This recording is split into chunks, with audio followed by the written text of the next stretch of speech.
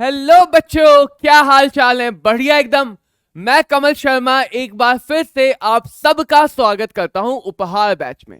उपहार लेके आया हूं आपके लिए कार्बनिक रसायन का एक और नया अध्याय जिसका नाम है नाइट्रोजन युक्त कार्बनिक यौगिक, जहां पे मुख्यतः बच्चों हम लोग एमीन यौगिकों के बारे में पढ़ते हैं। और एक तरह से कार्बनिक रसायन का एक अंत कहा जा सकता है, क्योंकि इसके बाद के जो अध्याय हैं वो बिल्कुल अलग तरह से पढ़े और समझे जाते हैं, और कहीं ना कहीं वो जैव विज्ञान से ज्यादा जुड़े होते हैं। तो इन चारों अध्यायों के बाद आपका कार्बनिक रसायन पर जो पकड़ है वो मजबूत होगी, जो पकड़ है वो मजबूत होगी। और इसीलिए इस अध्याय की अभ्यास पुस्तिका में आपको इन चारों अध्यायों के मिले जुले प्रश्न मिलेंगे। अभ्यास पुस्तिका और व्याख्यान नोट्स हमेशा की तरह पीडब्ल्यू के ऐप में उपहार बैच पे ही मिलेंगे, जिसको आप फ्री में सब्सक्राइब कर सकते हैं। तो बच्चों, बिना वक्त गवाए शुरू करते हैं इस चैप्टर को, इस अध्याय को, और समझते हैं कि नाइट्रोजन युक्त कार्बनिक यौगिकों में क्या क्या है। तो नाइट्रोजन युक्त कार्बनिक यौगिकों में अगर मैं समूहों की बात करूं तो मेरे पास है एमीन। एमीन समूह बच्चों सब बहुतों को लगता है NH2 है, नहीं। एमीन समूह उस हर समूह को कहा जा सकता है जहां पे कार्बन और नाइट्रोजन के बीच में एकल बंध है। ऐसे ही होता है इमाइन। इमाइन समूह तब कहा जाता है जब कार्बन और नाइट्रोजन के बीच में द्विबंध है। और साइनाइड जब कार्बन और नाइट्रोजन के बीच में त्रिबंध है। और इसी में अगर आइसोसाइनाइड, यदि कार्बन की श्रृंखला से नाइट्रोजन जुड़ा है ना कि कार्बन, तो वो आइसोसाइनाइड समूह बन जाता है। नाइट्रो समूह जहां पे NO2 जुड़ा होगा। अजोनियम समूह जहां पे N द्विबंध N उपस्थित होगा। तो ऐसे करके बहुत सारे नाइट्रोजन युक्त समूह हैं, और उनमें से कुछ को इस अध्याय में पढ़ा जाता है। मुख्यतः एमीन्स को पढ़े जाते हैं। तो एमीन क्या होते हैं यदि मैं बात करूं, तो एमीन को हम दो तरह से समझ सकते हैं। एक है हमारे पास अमोनिया, यानी कि नाइट्रोजन, जिसपे 3 हाइड्रोजन एकल बंध से जुड़े हैं और एक आबंधित इलेक्ट्रॉन युग्म है। सबको पता है ये अमोनिया होता है। sp3 संकरित। यहां पे जो बंध का कोण होता है वो 107 डिग्री के आसपास होता है। ये बात तो हम रासायनिक बंध में पढ़ चुके हैं। अब इस अमोनिया में से यदि हाइड्रोजन को हटा के इसकी जगह कार्बन की कोई श्रृंखला लगा दी जाए, चाहे एक हाइड्रोजन, चाहे दो हाइड्रोजन, चाहे तीनों हाइड्रोजन, तो इस प्रकार बनने वाले कार्बनिक यौगिकों को कहा जाता है एमीन्स। यानी कि मैं ये कह सकता हूं कि एमीन्स जो होते हैं मेरे, एमीन्स अमोनिया के व्युत्पन्न होते हैं। किसके व्युत्पन्न होते हैं? अमोनिया के व्युत्पन्न होते हैं। अमोनिया में एक या एक से अधिक हाइड्रोजन को हटा के एल्किल समूह लगा दिया जाता है, एल्किल समूह लगा दिया जाता है। तो इसी आधार पे कि कितने हाइड्रोजन हटाए गए हैं, इसी आधार पे एमीन्स को हम 3 प्रकार से वर्गीकृत करते हैं। कौन कौन से?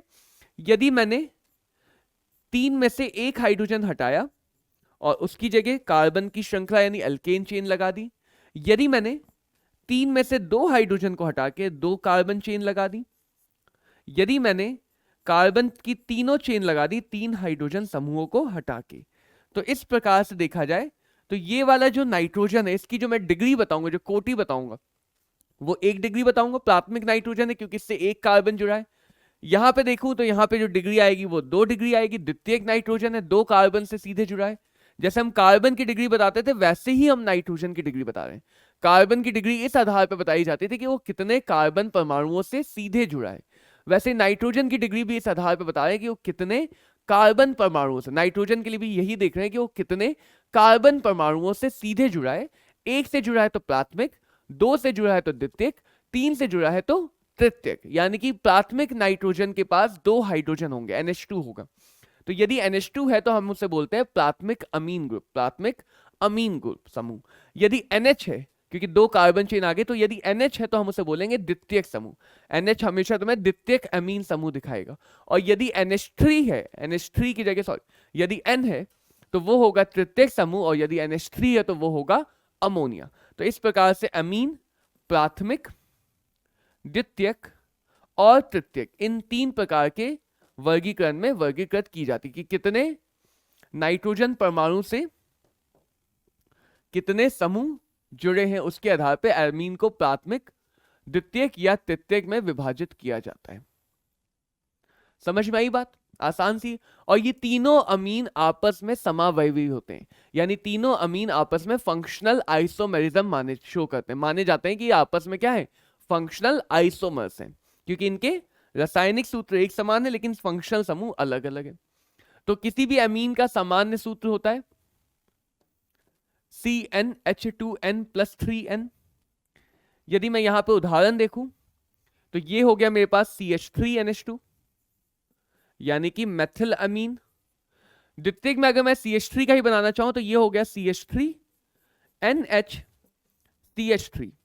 इसे मैं बोल सकता हूं सामान्य नाम में डाई मेथिल अमीन, क्योंकि यहां पे अमीन से 2 मेथिल ग्रुप जुड़े हैं।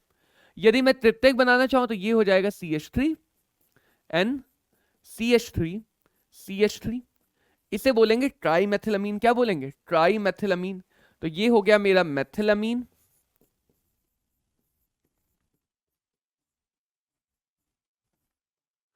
ये हो गया मेरा डाई मेथिल अमीन। जैसे ईथर के लिए नामकरण करते थे, सामान्य नामकरण जितने कार्बन लगे हो तो उसके आधार पे, जैसे methyl di methyl ether, methyl ethyl ether, इस प्रकार से अमीन का भी कर सकते हैं। ये हो गया मेरा try ethyl, try methyl, ethyl नहीं, ट्राई मेथिल अमीन। और बच्चों अमीन का जो IUPAC नामकरण है वो भी थोड़ा सा खास है। जो IUPAC नामकरण उसमें क्या होता है कि यदि अमीन के पास द्वितीयक या तृतीयक नाइट्रोजन है, यानी कि उसकी डिग्री यदि 1 से ज्यादा है, तो कई सारी कार्बन चेन होंगी जो नाइट्रोजन परमाणु से जुड़े होंगे। तो यहाँ पे नाइट्रोजन को भी हम एज अ संख्या, एज अ लोकेंट ले लेते हैं। मतलब क्या हुआ, अमीन के लिए जो अनुलग्न है वो अमीन होता है, और जो पूर्व लग्न है वो अमीनो होता है। आसान सा है, अनुलग्न अमीन होता है और पूर्व लग्न IUPAC निम्न में अमीनो होता है। तो अगर मैं यहां पे देखूं तो ये हो जाएगा एक कार्बन है, वही हमारी मुख्य चेन हो जाएगी। तो ये हो जाएगा मेथिल अमीन, मेथिल एक अमीन, यही इसका IUPAC नेम भी होगा, मेथिल एक अमीन। लेकिन यदि यहां पे देखो तो दोनों कार्बन में से कोई एक ही कार्बन मुख्य चेन बन पाएगी, क्योंकि बीच में नाइट्रोजन आ गया। यदि मैं इसको मुख्य चेन मान लूं तो अब इसमें एक श्रृंखला भी लगी है मिथिल की, और वो श्रृंखला नाइट्रोजन परमाणु से जुड़ी है। तो उसकी जो पोजीशन है वो हम मान लेंगे कि वो नाइट्रोजन परमाणु ही है, यानी इसको बोलेंगे N मेथिल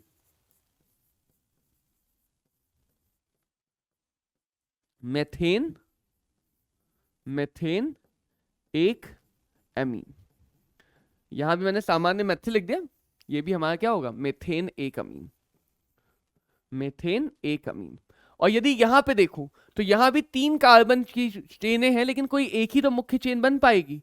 तो फिर से क्या होगा, ये 2 कार्बन श्रृंखलाएं जो नाइट्रोजन परमाणु से जुड़ी हैं, तो इसका IUPAC नाम हो जाएगा NN डाइमेथिल। 2 मेथिल समूह जुड़े हुए हैं कहां पे, N पे, नाइट्रोजन के परमाणु पे, NN डाइमेथिल। फिर मेथेन जो हमारी मुख्य श्रृंखला है, मेथेन एक एमीन, मेथेन एक एमीन। तो इस प्रकार से हम प्राथमिक, द्वितीयक या तृतीयक एमीन का IUPAC नामकरण करेंगे। कुछ और उदाहरण देख लेते हैं, कुछ और उदाहरण भी देखते हैं नामकरण के। जैसे यहां पे देखो,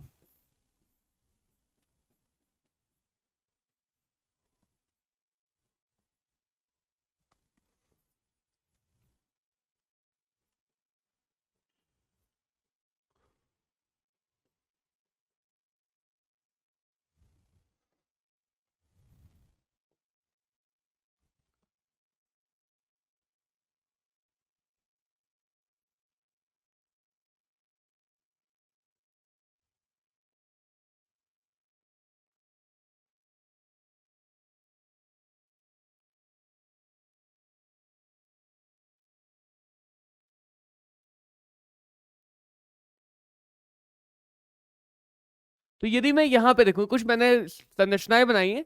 अगर मैं सबसे पहला वाला देखूं तो यहां पे कीटोन समूह भी है, जिसकी प्रियोरिटी अमीन समूह से ज्यादा है। लेकिन अगर मैं देखूं तो ये कार्बन, ये कार्बन, ये कार्बन, ये बन गई हमारी मुख्य श्रृंखला, जिसमें कीटोन समूह भी आ गया और अमीन से जुड़ा हुआ कार्बन भी आ गया।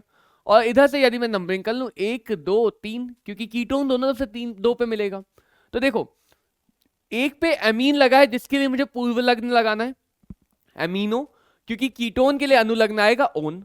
और उसी अमीनो पे एक इथाइल, एक और 2 कार्बन की श्रृंखला है एथाइल।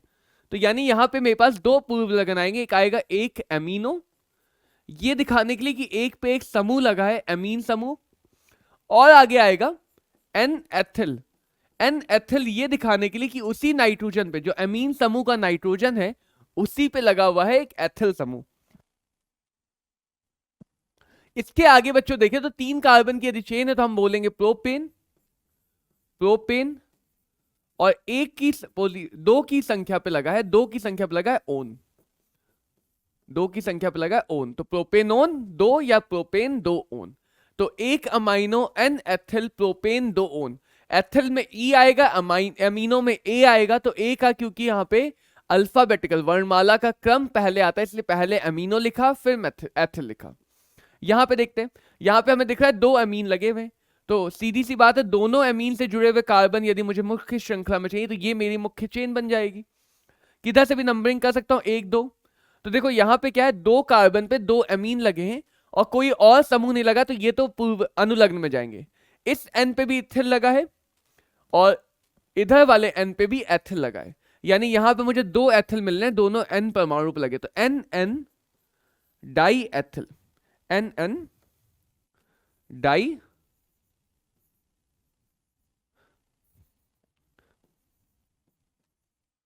एथिल। फिर 2 कार्बन की श्रृंखला है तो एथेन 1,2 और दोनों पे लगा है क्या, डाई एमीन, डाई एमीन। तो ये तो हो जाता है आईयूपीएसी नाम। लेकिन यहां पे एक समस्या है, छोटी सी समस्या है। क्या समस्या है कि जब मैं एन एन डाई एथिल लिख रहा हूं तो उसका मतलब ये समझ में आता है पढ़ने वाले को कि नाइट्रोजन परमाणु पे 2 एथिल समूह लगे हैं, लेकिन ये समझ में नहीं आ रहा है कि अगर 2 एमीन ग्रुप हैं तो वो दोनों समूह एक ही नाइट्रोजन परमाणु पे लगे हैं या अलग पे लगे, क्योंकि एक पे भी हाइड्रोजन हटा के मैं 2 एथिल लगा सकता था। इससे तृतीयक अमीन कर दूंगा तो यहां भी संभव है कि एन एन डाई एथिल का मतलब हो कि एक ही नाइट्रोजन परमाणु पे 2 एथिल लगे हों। तो यदि मेरे पास 2 अलग अलग नाइट्रोजन परमाणु हैं जिनको संख्या बताना है, तो एक को यदि मैं n कह रहा हूं तो दूसरे को मैं n डैश कहूंगा, दूसरे को क्या कहूंगा, n डैश। ये दिखाने के लिए कि अब जो डाई एथिल यानी कि 2 एथिल समूह लगे हैं वो 2 अलग अलग नाइट्रोजन परमाणु पे उपस्थित हैं, 2 अलग अलग नाइट्रोजन परमाणु पे उपस्थित हैं। इसका नाम देखते हैं, ये तो हमारा साइक्लिक है, तो 6 कार्बन हो गया तो साइक्लो आएगा, साइक्लो। 6 कार्बन के लिए हेक्सेन आएगा, हेक्सेन, और एक पे अमाइन है तो हेक्सेन एक एमीन, हेक्सेन एक एमीन, ये हो जाएगा इसका आईयूपीएसी नाम, आईयूपीएसी नाम। अब यहां पे देखो, यहां पे मैं देखो तो ये कार्बन कार्बन कार्बन, अगर मुझे दोनों एमीन ग्रुप से जुड़े हुए कार्बन हमारे मुख्य चेन में चाहिए तो ये वाली चेन बन जाएगी मुख्य चेन। इधर से मैं नंबर देना शुरू कर दूंगा 1 2 3। अब यहां भी 2 एमीन लगे हैं और एक एमीन पे लगा है मेथिल समूह, एक एमीन पे क्या लगा है, मेथिल समूह, तो इसका नाम हो जाएगा N methyl, N methyl propane, propane 1,1 di amine, 1,1 di amine, ये इसका आईयूपीएसी नाम हो जाए। तो अमीन के नाम का लिखते टाइम हमें थोड़ा सा अलग से ध्यान रखना है कि अमीन में जो नाइट्रोजन परमाणु से जुड़े हुए समूह हैं उनकी संख्या नाइट्रोजन परमाणु ही बताई जाएगी, उनकी संख्या नाइट्रोजन परमाणु ही बताई जाएगी।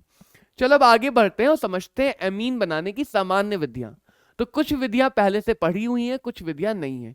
यहाँ पे 2 नाम अभिक्रियाएं आएंगी, गैब्रियल थैलामाइड अभिक्रिया और हाफमैन ब्रोमामाइड अभिक्रिया, जो बहुत ज्यादा महत्वपूर्ण अभिक्रियाएं हैं खासकर से बोर्ड एग्जामों में। पता नहीं क्यों हाफमैन ब्रोमामाइड से या गैब्रियल थैलामाइड से बोर्ड के एग्जामिनर्स को अलग ही लगाव है।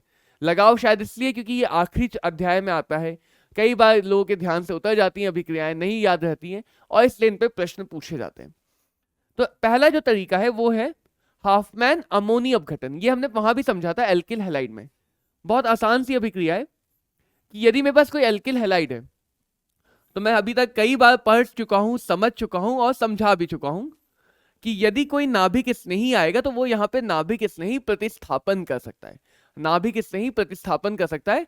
और नाइट्रोजन, ऑक्सीजन, हेलोजन ये सारे परमाणु नाभिक स्नेही होते हैं और हम कोशिश करते हैं कि जो प्रतिस्थापन हो वो SN2 हो।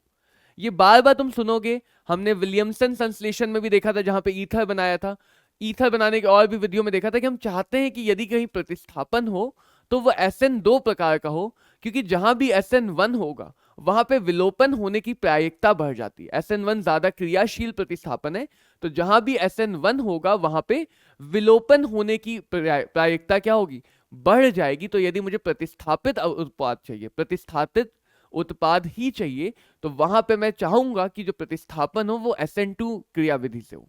तो यहाँ पे SN2 होने के हम कोशिश करेंगे, यानी जो एल्किल हैलाइड लेंगे वो मेथिल या प्राथमिक लेंगे, कोशिश करेंगे एथिल मेथिल या प्राथमिक लें।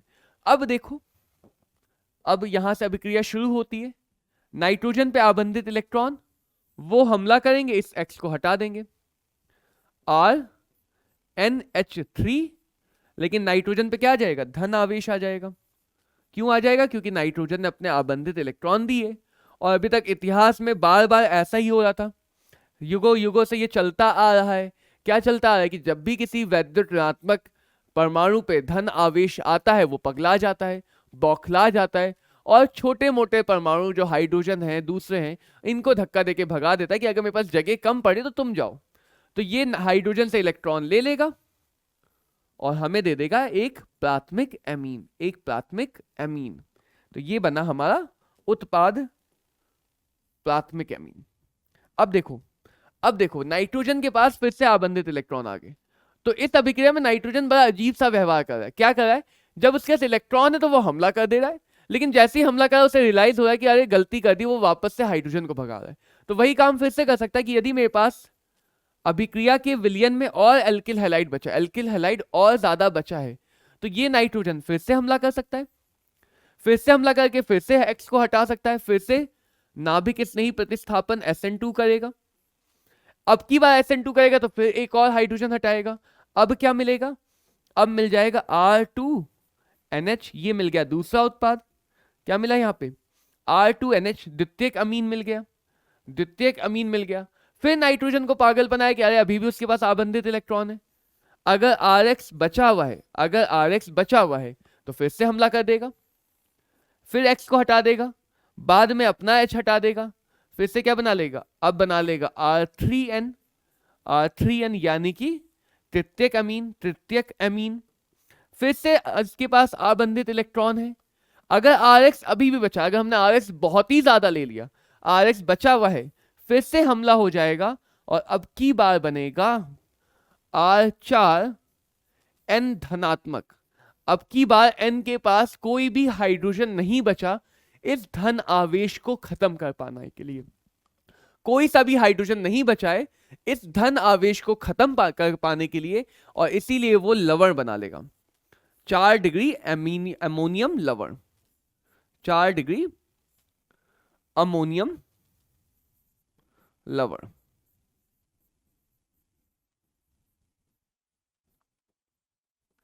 तो यहां पे बच्चों अब तुम्हें खुद दिख रहा होगा कि यदि मेरे पास एल्किल हैलाइड बहुत ज्यादा है तो अभिक्रिया में उत्पाद सब बनेंगे, प्राथमिक भी बनेगा, प्राथमिक भी बनेगा, द्वितीयक भी बनेगा, तृतीयक भी बनेगा, और 4 डिग्री का लवण भी बनेगा। लेकिन यदि मेरे पास एल्किल हैलाइड बहुत ज्यादा है तो अभिक्रिया के यहां तक आने के लिए आसानी हो जाएगी, एल्किल हैलाइड ही तो लेके आ रहा है। तो अगर एल्किल हैलाइड को मैंने आधिक्य में लिया तो 4 डिग्री वाला उत्पाद आधिक्य में बनेगा। लेकिन यदि मैंने अमोनिया को आधिक्य में ले लिया, यदि मैंने क्या किया, अमोनिया को आधिक्य में ले लिया, तो उस अवस्था में क्या होगा कि प्रथम पद में अमोनिया ही इतना हमला कर देगा, इतने ज्यादा अमोनिया के अणु हमला कर देंगे कि लगभग एल्किल हैलाइड खत्म हो चुका होगा, और उस अवस्था में मुझे 1 डिग्री अमाइन आधिक्य में मिलेगा। उस अवस्था में मुझे 1 डिग्री अमाइन क्या मिलेगा, आधिक्य में मिलेगा, 1 डिग्री अमाइन आधिक्य में मिलेगा। तो अलग अलग अमोनिया और एल्किल हैलाइड के अनुपात से हम अलग अलग उत्पाद का अमाउंट या मात्रा को बढ़ा सकते हैं। लेकिन इस अभिक्रिया में चारों ही बनते हैं, तो इसीलिए हमें 1 डिग्री, 2 डिग्री और 3 डिग्री अमीन्स को अलग अलग कर पाना भी सीखना है, अलग अलग कर पाना भी सीखना है। अगली अभिक्रिया समझते हैं जिसे बोलते हैं अल्कोहलों का अमोनिया अपघटन।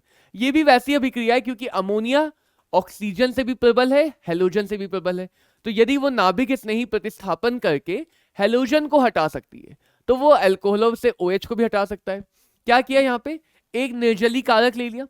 निर्जली कारक क्या करेगा, यहां से अल्कोहल का H2O हटाने में, OH हटाने में मदद करेगा। निर्जली कारक ले लिया, अमोनिया ले लिया, तो अब ना अमोनिया हमला करेगा, OH हटाएगा, प्राथमिक अमाइन बन जाएगा। प्राथमिक अमाइन अगर फिर से हमला कर दे, यानी अगर मैंने अल्कोहल आधिक्य में लिया है तो द्वितीयक अमाइन बन जाएगा। द्वितीयक वाला फिर से हमला कर दे तो यहां पे क्या बन जाएगा, तृतीयक वाला बन जाएगा। यहां भी चतुर्थी वाला बन सकता है, तो यहां भी हमें एमीन्स का मिश्रण मिलेगा। एमीन्स का क्या मिलेगा, मिश्रण। तो ज्यादातर अभिक्रियाओं में एमीन्स का मिश्रण बनने की वजह से हम एमीन्स का पृथक्करण करना सीख लेंगे। आगे आगे सीख लेंगे कि 1 डिग्री 2 डिग्री और 3 डिग्री को कैसे कैसे अलग करेंगे, कैसे कैसे अलग करेंगे। तो यहां पे यदि देखूं तो अल्कोहल अगर आधिक्य में है तो 3 डिग्री या 4 डिग्री वाला उत्पाद अधिक बनेगा। यदि अमोनिया आधिक्य में है तो 1 डिग्री वाला उत्पाद अलग बनेगा। तो यहां भी हम अनुपात के आधार पे अलग अलग एमीन को कम या ज्यादा मात्रा में बना सकते हैं, कम या ज्यादा मात्रा में बना सकते हैं। तो समझ में आई बात, आगे बढ़ लेते हैं। अपचयन द्वारा, अपचयन में क्या है कि हमें पता है कार्बन और नाइट्रोजन है, तो यदि कार्बन और नाइट्रोजन के बीच में एक से ज्यादा बंध है तो उनको अपचयित कर देंगे, नाइट्रोजन पे हाइड्रोजन लग जाएगा और वहां से हमें क्या मिल जाएगा, एमीन समूह मिल जाएगा। तो जितने भी नाइट्रोजन युक्त हमारे समूह जैसे अमाइड, अमाइड, ये बहुत ही महत्वपूर्ण, वहां भी लिखवाई थी बात कि अमाइड का अपचयन करके, अमाइड के अपचयन करके एल्डिहाइड नहीं मिलता है जैसे कि हमें बाकी अम्ल व्युत्पन्न में मिल रहा था। एसिड अमाइड ये भी एक अम्ल व्युत्पन्न है, कार्बोक्सिलिक अम्ल का व्युत्पन्न है। और हमने समझा था कार्बोक्सिलिक अम्ल या उसके व्युत्पन्नों का यदि मैं अपचयन करता हूं तो मुझे मिलता है एल्डिहाइड। एल्डिहाइड की बनाने की विधि में सीखा था ये बात, लेकिन यहां वहां भी लिखी बात और यहां भी ध्यान रखना है कि यदि मैं अमाइड का अपचयन करता हूं तो वहां पे एल्डिहाइड मिलने की संभावना बहुत कम है यदि कोई विशेष अपचायक ना लिया गया। तो यदि मैं लिथियम एल्यूमिनियम हाइड्राइड ले रहा हूं तो वो अमाइड को अपचयित करके क्या देगा, RCH2NH2, यानी वो इस कार्बोनिल समूह को अपचयित करेगा, ना कि NH2 समूह को। यदि मैं साइनाइड का अपचयन कर दूं सोडियम इथेनॉल से या टिन और HCl से तो वो अपचयित होकर क्या देगा, RCH2NH2। यहां समझा था कि साइनाइड का अपचयन यदि मैं SN और HCl से करूं तो वो RCH द्विबंध NH, यानी वो साइनाइड में 3 बंध होते हैं। अगर मैं सोडियम इथेनॉल से करूं तो तीनों बंध को अपचयित कर, दोनों को कर रहा है। लेकिन अगर मैं टिन और HCl से करूं तो वो एक ही बंध को कर पाए। इसे हमने स्टीफन्स अपचयन कहा था, स्टीफन्स अपचयन, और इसका आगे हमने जल अपघटन करा के एल्डिहाइड बनाया था। तो ध्यान रखना यहाँ पे कि जब हम नाइट्रोजन युक्त यौगिकों का अपचयन करते हैं तो अपचायक की विशेष भूमिका है, अपचायक की विशेष भूमिका है, वो अलग अलग तरह से अपचायित कर सकता है। यदि मेरे पास ऑक्सिम है यानी कि जो अमोनिया व्युत्पन्न थे उसका अपचयन कर दूं तो भी मुझे क्या मिलेगा, तो भी मुझे मिल जाएगा एमीन RCH2NH2। यदि मेरे पास NO2 है उसका अपचयन कर दूं तो मुझे मिल जाएगा अमीन। ये अभिक्रिया बहुत महत्वपूर्ण है एनिलीन बनाने के लिए। आगे देखेंगे कि यदि मेरे पास नाइट्रोबेंजीन है यानी बेंजीन पे NO2 समूह लगा है तो आयरन लुइस अम्ल और अम्ल की उपस्थिति में या फिर टिन और HCl की उपस्थिति में ये अपचयित होके दे देता है एनिलीन। तो एनिलीन बनाने का बहुत ही अच्छा विधि है ये। क्यों, क्योंकि यहां पे नाइट्रोबेंजीन में बहुत आसानी से बना सकता हूं बेंजीन से, बेंजीन का नाइट्रीकरण करके मैं बहुत आसानी से नाइट्रोबेंजीन बना सकता हूं और नाइट्रोबेंजीन के अपचयन से मैं क्या बना पाऊंगा आगे, एनिलीन। तो ये बहुत ही महत्वपूर्ण विधि है एनिलीन बनाने की। तो ये इस तरह से हम अपचयन से बना सकते हैं। अगली अभिक्रिया आती है जिसे बोलते हैं हाफमैन ब्रोमामाइड अपघटन, हाफमैन ब्रोमामाइड अपघटन अभिक्रिया। इसमें क्या होता है, इसमें होता है कि हम लेते हैं एसिड यानी अम्ल का अमाइड, अम्ल का अमाइड, इसकी अभिक्रिया कराते हैं Br2 और NaOH से या Br2 और KOH, यानी कि किसी भी हेलोजन Br2 और क्षार की उपस्थिति में। तो पहले ये एक मध्यवर्ती बनाता है, यहां पे R कुछ घूम के आता है, नाइट्रोजन पे हमला करता है, ये ऑक्सीजन निकलता है और एक मध्यवर्ती बनता है RN द्विबंध C द्विबंध O, जिसे बोलते हैं alkyl iso cyanate, alkyl isocyanate. ये बहुत ही महत्वपूर्ण मध्यवर्ती यहां पे बन रहा है। अब इस मध्यवर्ती में यदि मैं देखूं तो कार्बन द्विबंध नाइट्रोजन, और मैंने बार बार सीखा है कि यदि मैं कार्बन द्विबंध नाइट्रोजन का अपघटन कर दूं, जलीय अपघटन कर दूं, तो जहां पे कार्बन है वहां पे आके लग जाता है द्विबंध O। तो जलीय अपघटन करने में H2O का O ले जाएगा कार्बन और H ले जाएगा N। तो मुझे यहां से क्या मिलेगा, मुझे यहां से मिल जाएगा RNH2 plus CO2 gas, CO2 gas. और क्योंकि माध्यम क्षारीय है, माध्यम में कैसा है, माध्यम क्षारीय है और CO2 अम्लीय होता है, तो अम्लीय CO2 क्षारीय माध्यम में उदासीनीकरण करके कार्बोनेट लवण बना लेगा, कार्बोनेट लवण बना लेगा। तो यहां पे देखो, यहां पे पहली बात कि जो भी हम यहाँ पे कार्बन चेन ले लेंगे, जितने जो भी कार्बन चेन ले लेंगे, वही कार्बन की चेन घूम के नाइट्रोजन पे जाएगी। यहां पे हमेशा द्विबंध आएगा तो यहां पे हमेशा 2 हाइड्रोजन आएंगे। यानी इस विधि से हम सिर्फ और सिर्फ प्राथमिक एमीन बना सकते हैं, सिर्फ और सिर्फ प्राथमिक एमीन बना सकते हैं। दूसरी बात यहां पे जो कार्बन है वो एक कार्बन CO2 के रूप में बाहर अलग हो, यानी यहाँ पे कार्बन की संख्या घटेगी। इसीलिए इस अभिक्रिया को अपघटन या डिग्रेडेशन अभिक्रिया कहते हैं। यहाँ पे जितने भी कार्बन का मैं अभिकारक लूंगा उससे एक कार्बन कम होके उत्पाद मिलेगा, उससे एक कार्बन कम होके उत्पाद मिलेगा। यानी मैं 3 कार्बन के अम्ल का यदि अमाइड लूं, प्रोपेनामाइड, 3 कार्बन के अम्ल का अमाइड लूं तो जो अमीन बनेगा वो 2 कार्बन का बनेगा। यदि मैं 5 कार्बन के अम्ल का अमाइड लूं तो अमीन बनेगा 4 कार्बन का। तो ये जो हम बदलाव वाले क्वेश्चन करते हैं उनमें काफी काम आता है कार्बन संख्या घटाने में। कार्बन संख्या यदि मुझे घटानी है तो ये विधि बहुत काम की है। कार्बन संख्या यदि बढ़ानी है तो ग्रिगनार्ड अभिकारक, ये सारी विधियां बहुत काम की होती है। तो इस विधि को हम बोलते हैं हाफमैन ब्रोमामाइड, क्योंकि यहाँ पे ब्रोमीन लेते हैं और ब्रोमामाइड लेते हैं इसलिए ब्रोमामाइड। अपघटन या अभिक्रिया क्योंकि यहाँ पे अमीन कार्बन कम हो जाते हैं, एक कार्बन कम हो जाता है। अगली दूसरी महत्वपूर्ण अभिक्रिया जिसे बोलते हैं गैब्रियल थैलामाइड अभिक्रिया। थैलामाइड हमारे पास बहुत पहले कई बार आ चुका है, जिसका जो हमारे पास संरचना थी वो मैं कई बार याद कराने की कोशिश कर चुका हूं तुम्हारे साथ, उम्मीद करता हूं सबको याद होगा। थैलामाइड हम इस यौगिक को बोल लेते हैं बेंजीन पे, फिर से बता देता हूं कैसे याद किया था हमने। बेंजीन पे यदि 2 कार्बोक्सिलिक अम्ल लगे हैं तो उसको बोलते हैं थैलिक अम्ल। यहां पे OH लगा तो क्या बोलेंगे, थैलिक अम्ल। उस थैलिक अम्ल का यदि मैं अमाइड बना दूं, यानी OH हटा के एक NH लगा दूं जो दोनों से जुड़ा है, तो उसको बोलते हैं थैलामाइड। क्या बोलते हैं, थैलामाइड। यानी मैं इसका चक्रीय एमाइड बना दूं, चक्रीय एमाइड बना दूं। अब सबसे पहले लेते हैं एक क्षार, सबसे पहले लेते हैं एक क्षार। तो क्षार और H, ये H है अम्लीय। क्यों है अम्लीय, क्योंकि जब नाइट्रोजन पे माइनस आवेश आएगा, ऋण आवेश आएगा, तो वो ऑक्सीजन के दोनों बंधों के साथ अनुनाद करके स्थायी हो जाएगा। तो ये अम्लीय है और हमें पता है कि जो अम्लीय होता है वो हमेशा क्षार से अभिक्रिया करके लवण तो बनाएगा ही बनाएगा। तो यहां पे ध्यान देते जाओ क्या क्या हो रहा है। थैलामाइड की संरचना यदि याद कर ली तो इस अभिक्रिया का 50% काम तो ऐसे ही आसान हो गया, 50% काम आसान हो गया। N ने H दिया तो N पे आया ऋण आवेश, उससे आगे जुड़ा K+, उससे आगे जुड़ा K+। अब ये बन गया हमारा एक लवण, जिसमें यदि मैं देखूं तो एक नाभिक स्नेही गुण है। नाभिक स्नेही गुण है, क्यों है, क्योंकि नाइट्रोजन पे आ रहा है ऋण आवेश। तो यदि मैं इसकी अभिक्रिया किसी RX से करा दूं, फिर से मैं SN2 कराना चाहूंगा।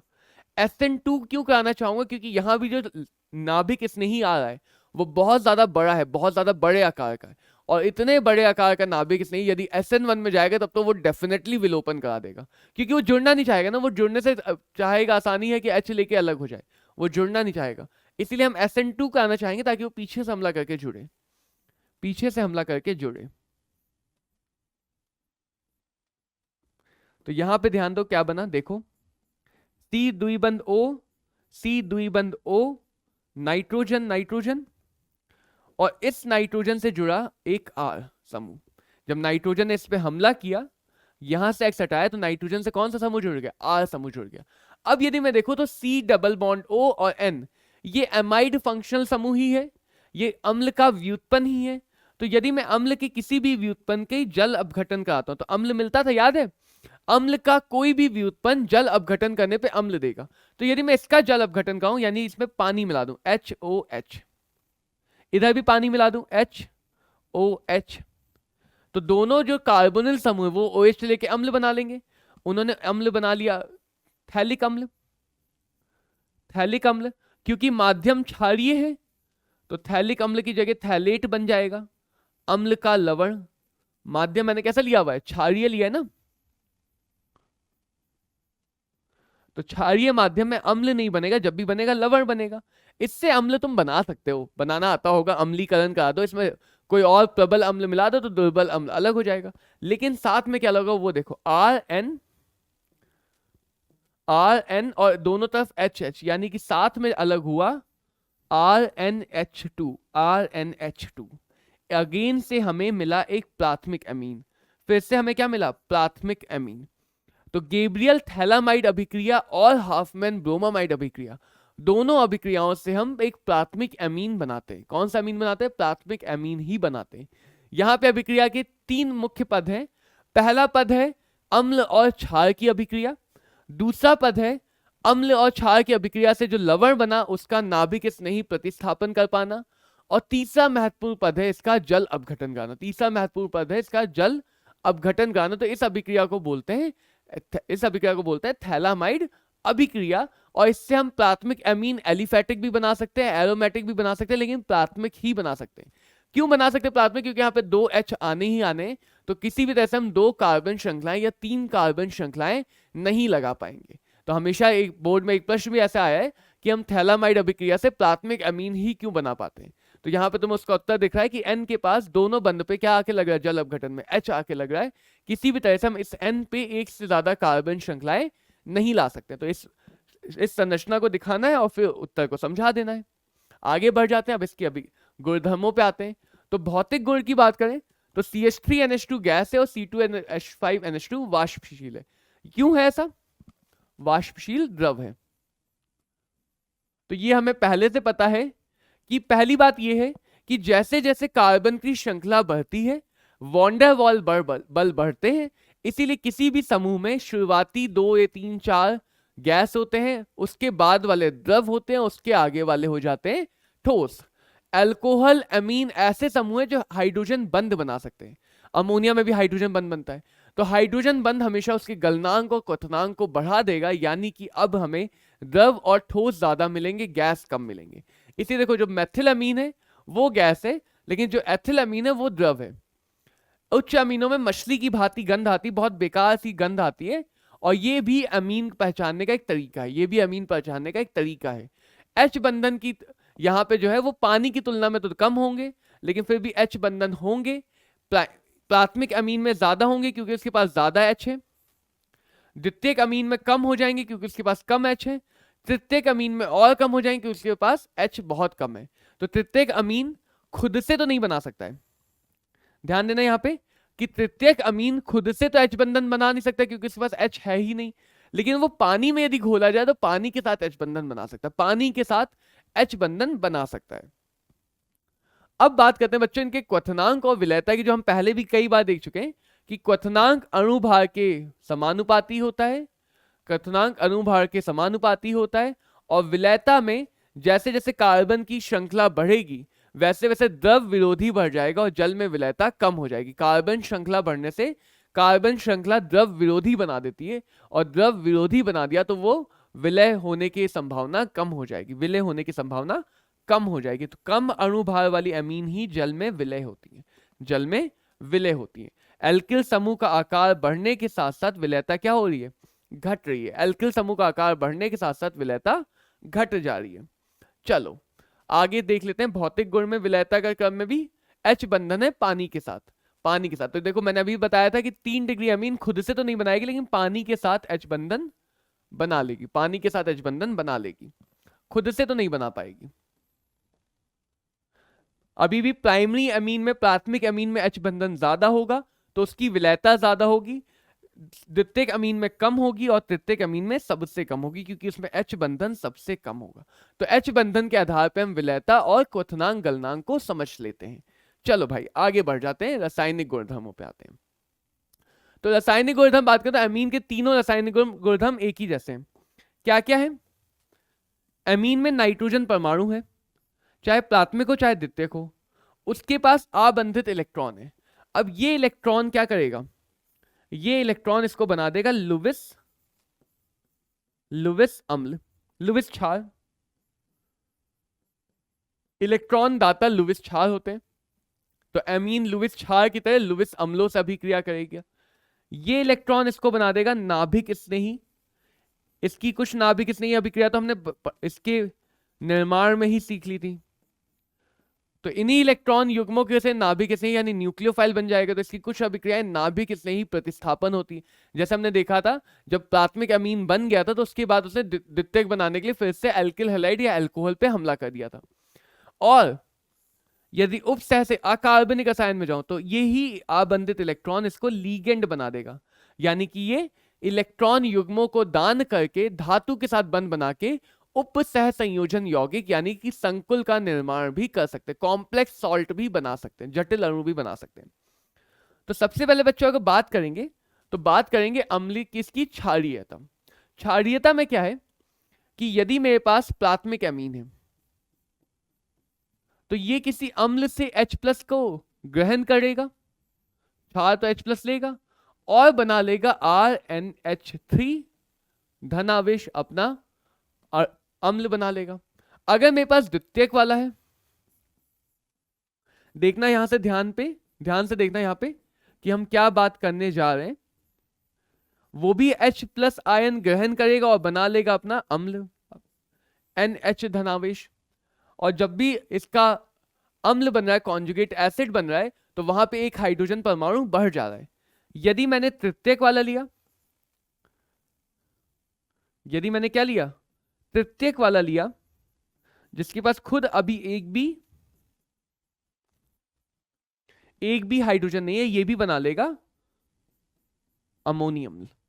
तो ये सारे के सारे प्राथमिक, द्वितीयक और तृतीयक किसी अम्ल से अभिक्रिया करके अमोनियम लवर बनाएंगे। दूसरी बात यदि बात करो तो इसकी जो क्षारीयता है दो बातों पे निर्भर करेगी। पहली बात यह है कि जो क्षारीयता है वो इलेक्ट्रॉन के आबंधित इलेक्ट्रॉन युग्मों की वजह से आ रही है। तो यदि कोई भी प्रभाव यहां पे नाइट्रोजन परमाणु का इलेक्ट्रॉन घनत्व बढ़ा दे, कोई भी प्रभाव यहां पे नाइट्रोजन परमाणु का यदि इलेक्ट्रॉन घनत्व बढ़ा दे, तो वही इलेक्ट्रॉन तो क्षारीयता ला रहे, तो क्षारीयता बढ़ेगी या नहीं बढ़ेगी। यानी कि क्षारीयता पहली किस बात पर निर्भर करेगी, इलेक्ट्रॉन घनत्व पे। जो भी प्रभाव यहां पे इलेक्ट्रॉन घनत्व बढ़ा देगा वो यहां पे क्षारीयता को भी बढ़ा देगा।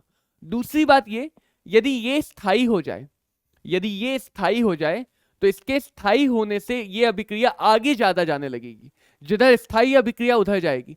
तो यदि इन अम्लों की स्थायीता बढ़ जाए तो इधर वाले अमीन्स की क्षारीयता भी बढ़ जाएगी। ये अमीन्स जल्दी से H+ लेके आगे जाना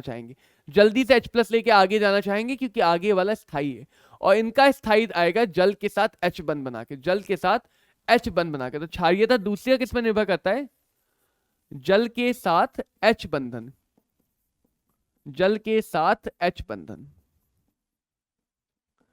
इन दो बातों पे क्षारीयता निर्भर करती है। अब देखो जो पहली बात है उसको में देखो, तो जितने ज्यादा एल्किल समूह लगे होंगे वो +I प्रभाव दिखाएंगे। +I प्रभाव यानी कि वो इलेक्ट्रॉन देंगे।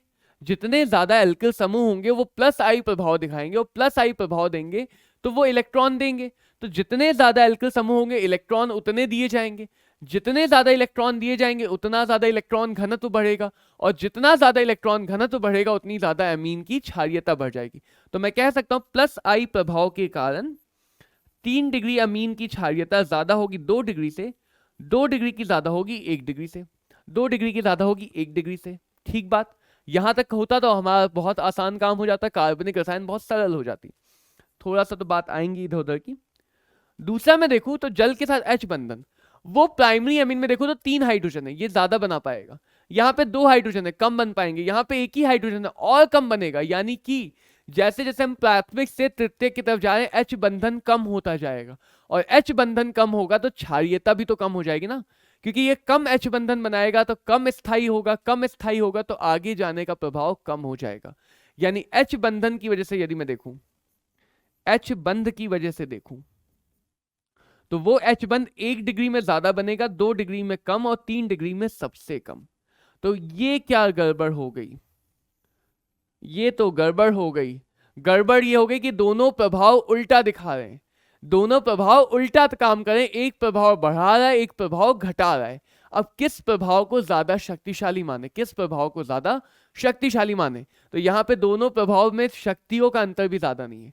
तो कुल मिला के क्या मिलता है, कुल मिला के हमें क्या मिलेगा कि 2 डिग्री में दोनों चीजें मध्यम है, आई प्रभाव भी मध्यम है और इसका एच बंधन भी मध्यम है, ये बहुत पीछे नहीं है बहुत आगे नहीं है। तो कुल मिला के 2 डिग्री अमीन की क्षारीयता सबसे ज्यादा होती है, 2 डिग्री अमीन की क्षारीयता सबसे ज्यादा। उसके बाद साधारणतया 1 डिग्री और उसके बाद 3 डिग्री। 1 और 3 डिग्री आगे पीछे हो सकते हैं, 1 और 3 डिग्री आगे पीछे हो सकते हैं, लेकिन 2 डिग्री साधारणतः आगे आता है। तो देखो यहाँ पे जब मेथिल ग्रुप लगाए, जब मेथिल ग्रुप लगाए तो 2 डिग्री, फिर 1 डिग्री और फिर 3 डिग्री। जब एथिल ग्रुप लगाए तो 2 डिग्री, फिर 3 डिग्री और फिर 1 डिग्री। तो यहां पे अगर मैं देखूं तो मेथिल के लिए मुझे 2 1 3 का क्रम मिल रहा है, जबकि एथिल के लिए मुझे 2 3 1 का क्रम मिल रहा है। तो 1 और 3 आगे पीछे हो सकता है, लेकिन यदि द्वितीयक अमीन है तो उसकी क्षारीयता ज्यादा होती। तो इसलिए अमीन की क्षारीयता थोड़ा सा जटिल हो जाता है। इस पे बहुत ज्यादा दूर के अमीन नहीं पूछ रहे जिनके लिए बच्चे को वैज्ञानिक या प्रयोगशाला डाटा ना याद हो। तो इसलिए मुख्यतः यहाँ पे मेथिल एथिल का पूछ रहे हैं। इन 2 के लिए तुम याद रख सकते हो, एक के लिए 2 1 3 है, एक के लिए 2 3 1 है। छोटा है तो 2 1 3, बड़ा है तो 2 3 1। छोटा है तो 2 1 3, बड़ा है तो 2 3 1। छोटा है तो बोलो 2 1 3, बड़ा है तो बोलो 2 3 1, 2 3 1। तो क्षारीय प्रकृति निर्भर किस बात पे करती है? इलेक्ट्रॉन देने की प्रवृत्ति पर निर्भर करती है, इलेक्ट्रॉन देने की प्रवृत्ति पर। जलीय विलयन में क्षारीय गुणों का क्रम क्या है? छोटा है तो जल्दी से बोलो 2 1 3, बड़ा है तो 2 3 1। एथिल है तो 2 3 1, बड़ा है छोटा है तो 2 1 3। चलो अम्लों से अभिक्रिया में बन जाएंगे अमोनियम लवण। कोई एक अम्ल से अभिक्रिया दिखा भी देता हूं, जैसे मेरे पास है, डब्बा आ गया था, जैसे मेरे पास है मेथिल अमीन। तो इसकी अभिक्रिया यदि मैं H2SO4 से कराऊं तो H2SO4 2H+ देगा, इसके 2 अणु आएंगे, दोनों ले लेंगे H+ धन आयन, बना लेगा अमोनियम, मेथिल अमोनियम आयन, और इसका लवण बन जाएगा सल्फेट के साथ। तो methyl ammonium sulphate, methyl ammonium sulphate, ये लवण यहां पे बन जाएगा। अगली बात करते हैं एल्किल हैलाइडोस अभिक्रिया। तो यही अभिक्रिया भी हमने निर्माण में सीखी थी, जिसे बोलते थे हाफमैन अमोनी अपघटन। वहां पे हमने एल्किल हैलाइड लिया था, उसने हमला किया था, फिर द्वितीयक बनाया था, उसने हमला करके तृतीयक बनाया था, उसने हमला करके चतुर्थ अमोनियम लवण बना लिया था, 4 डिग्री का अमोनियम लवण बना लिया था। तो ये वही अभिक्रिया है। अगली बात करते हैं एसिटिलीकरण। तो ये महत्वपूर्ण अभिक्रिया है। क्या महत्वपूर्ण है इसमें? देखो RCOG, जहां पे G की जगह लगा हो हेलोजन या OH, और इस पे हमला करा दे NH3 का। तो जब OH लगा था तो भी हमने पहले देखा हुआ है, जब OH लगा था हमने क्या देखा था कि जब RCOH था तो पहले उसने बनाया था अमोनियम लवण, पहले उसने बनाया था अमोनियम लवण, और फिर उसने बनाया था गर्म करने पे, यहां से थैलामाइड बनाना सिखाया था मैंने तुम्हें, यहां से मैंने तुम्हें थैलामाइड बनाना सिखाया था। फिर उसने गर्म करने पे बनाया था एमाइड, गर्म करने पे क्या बनाया था? एमाइड। तो यहां भी वही होता है कि क्योंकि नाइट्रोजन ज्यादा प्रबल है, ज्यादा प्रबल नाभिक से, क्लोरीन से भी ऑक्सीजन से भी। तो यदि यहाँ पे समूह में G में क्लोरीन या ऑक्सीजन लगाओ तो नाइट्रोजन करेगा हमला भाई साहब किस पे? कार्बन पे, और यहां से G समूह को प्रतिस्थापित कर देगा वही SNTH करके, SNTH करके, और बना लेगा अम्लीय एमाइड, अम्लीय एमाइड बना लेगा। तो अगर नाइट्रोजन ये काम कर सकता है तो एमीन में तो कार्बन समूह और ज्यादा इलेक्ट्रॉन घनत्व बढ़ा रहा है, उसकी जो नाभिक स्नेही प्रभाव उसको और बढ़ा रहा है। अभी क्षारीय प्रभाव पर था, अब नाभिक स्नेही प्रभाव पे आगे। तो नाभिक स्नेही प्रभाव में क्या है? यदि मेरे पास कोई भी अम्ल का व्युत्पन्न है, ज्यादातर नाइट्रोजन सबसे प्रबल है, तो यहाँ पे क्लोरीन हो, OH हो, ईस्टर हो, कोई भी अम्ल का व्युत्पन्न है, तो उसमें जो समूह है उसको हटा के क्या बना देगा? एमाइड बना देगा। अगर यहाँ पे पहले से R लगा है तो R वाला अमाइड बना देगा, पहले से R लगा तो R वाला अमाइड। तो देखो यहाँ पे क्या हो रहा है, पहली अभिक्रिया में लिया CH3 COCl और ये ले लिया प्राथमिक अमाइन, प्राथमिक अमाइड। तो यहां पे क्या होगा, अमाइड आएगा नाइट्रोजन, वो यहां से क्लोरीन को हटाएगा और खुद का हाइड्रोजन भी कम करेगा। तो यहां से बन गया CH3 CO NHR। तो इसे बोलते हैं N alkyl amide. N alkyl amide. यहां पे एसिटामाइड है तो एसिटामाइड बोल देंगे, कहीं पे प्रोपेनामाइड होगा प्रोपेनामाइड बोल देंगे, ऐसे बन जाएगा। तो यहां पे देखो क्या क्या अलग हो रहा है, यहां पे जो अलग हो रहा है वो अलग हो रहा है HCl, यहां से H, यहां से Cl, और RNH पे COCH3 समूह लगा है। अगर मैं इसको एसिड अम्ल व्युत्पन्न से पढ़ूंगा तो मैं बोलूंगा कि अम्ल व्युत्पन्न से अमाइड बनाने की क्रिया है। यदि मैं इसको अमीन अध्याय में पढ़ रहा हूं तो मैं क्या बोलूंगा कि अमीन के समूह पे क्या लग के गया आके, अमीन यानी मैं नाइट्रोजन के पॉइंट से पढ़ रहा हूं तो नाइट्रोजन पे आके लग गया एसिटिल समूह। इसलिए इस अभिक्रिया को कहा जाता है एसिटिलीकरण, कि नाइट्रोजन पे हम एसिटिल समूह RCO समूह लगा सकते हैं। नाइट्रोजन पे हम एसिटिल या RCO समूह लगा सकते हैं और ये एनिलीन में बहुत काम आएगी। ये अभिक्रिया भी एनिलीन में बहुत काम आएगी। तो ये अभिक्रिया हो गई नाभिक स्नेही प्रतिस्थापन। अगला देखिए एल्डिहाइडो से क्रिया। तो एल्डिहाइडो से हमने देखा था कि यहाँ पे जो अमोनिया व्युत्पन्न बनते थे, याद है, NH2Z। तो NH2Z से अभिक्रिया कराते तो यहां से H, यहां से O हटता था। जब NH2Z से अभिक्रिया कराते तो यहां से H, यहां से O हट के द्विबंध N आता था। अमोनिया था तो NH बन गया था इमाइन, अमोनिया की जगह एल्किल लगा तो N अमाइन बन जाएगा। इसको क्या बोलेंगे, N एल्किल। देखो अब ज्यादातर अभिक्रिया पुराने अध्याय से आ रही हैं, ज्यादातर अभिक्रिया पुराने अध्याय से आ रही है। अगर तुम पुराने अध्याय को पुनर्अभ्यास रिवाइज करके नहीं आए हो तो उनको भी पढ़ लो एक बार फिर से फटाफट रिवाइज कर लो। ज्यादा टाइम नहीं है और ज्यादा टाइम लगना भी नहीं है रिवाइज करने में। तो कार्बनिक रसायन को जितनी बार पढ़ोगे, जितनी बार लिखोगे, उतना याद रहेगा। तो यहां पे बन गया एन एल्किल इमाइन, जिसको शिफ क्षार कहा जाता है। शिफ क्षार कहा जाता है, एक साइंटिस्ट थे शिफ, उनके नाम पे कहा जाता है। अगला बच्चों आता है कार्बिल अमाइन परीक्षण। कार्बिल अमाइन परीक्षण मैंने तुम्हें पहले अध्याय में सिखाया था, फिर अल्कोहल फिनॉल वाले अध्याय में भी सिखाया था। कि वहां पे मैंने बताया था, क्या बताया था, कि जब हमारे पास क्लोरोफॉर्म होगा, और क्षार की उपस्थिति में होगा तो ये बनाता है डाइक्लोरोकार्बीन। और ये हमने समझा था रीमर टीमन नाम की अभिक्रिया में, जहां पे बनाया था सैलिसल्डिहाइड। रीमर टीमर नाम की अभिक्रिया थी जहां पे क्या बनाया था, सैलिसल्डिहाइड बनाया था। तो वही सैलिसल्डिहाइड वाली अभिक्रिया में यहां पे अब आ गया है कार्बिल अमाइन परीक्षण, कि यहां पे मैंने लिया एक प्राथमिक अमाइन और यहां पे लिया डाइक्लोरोकार्बीन, यानी कि क्लोरोफॉर्म और क्षार का मिक्सचर। ये डाइक्लोरोकार्बीन यहां से हाइड्रोजन को हटाता है और बना लेता है एल्किल आइसोसाइनाइड। इसकी क्रियाविधि ज्यादा काम की नहीं है, तो सीधे याद रखो कि यदि मेरे पास प्राथमिक अमाइन है, प्राथमिक होना जरूरी है, अगर प्राथमिक नहीं होगा तो नहीं बन पाएगा। प्राथमिक होना जरूरी है, 2 हाइड्रोजन होंगे तभी 2 क्लोरीन हट पाएंगे। तो यदि मेरे पास प्राथमिक अमाइन है, उसकी अभिक्रिया में क्लोरोफॉर्म और क्षार के साथ कराऊं, तो मुझे मिलता है एल्किल आइसोसाइनाइड, जिसकी गंध कैसी होती है, बहुत बेकार, होती है। यहां पे तो अच्छे से बोला गया अरुचिकर, लेकिन बहुत बेकार गंध होती है। और उस गंध से पता चल जाएगा कि यदि एल्किल आइसोसाइनाइड बना तो जो एमीन लिया गया वो प्राइमरी एमीन है, यानी प्राइमरी एमीन का परीक्षण है। यानी कि अभिक्रिया क्या है, प्राइमरी एमीन का परीक्षण है। अगर यहां पे देखें तो ये परीक्षण प्राइमरी एमीन एरोमेटिक एनिलीन से भी दिया जाता है। तो एरोमेटिक समूह भी ये परीक्षण हमें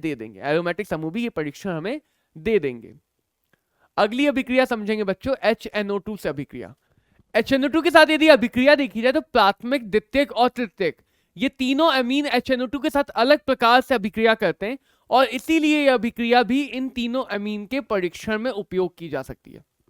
क्या होता है, जब हमारे पास प्राथमिक अमीन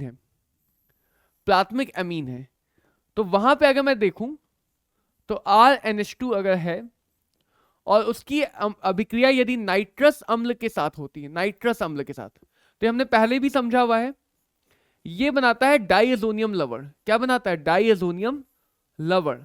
लेकिन यदि ये डाइएजोनियम लवण एलिफैटिक है, ये कार्बन श्रृंखला एलिफैटिक है, तो ये नाइट्रोजन के धन आवेश को स्थायी नहीं बना पाएगी और उस अवस्था में जो भी जल उपस्थित है वहां पे वो इसको प्रतिस्थापित करके सीधे बना लेगा अल्कोहल, सीधे बना लेगा अल्कोहल।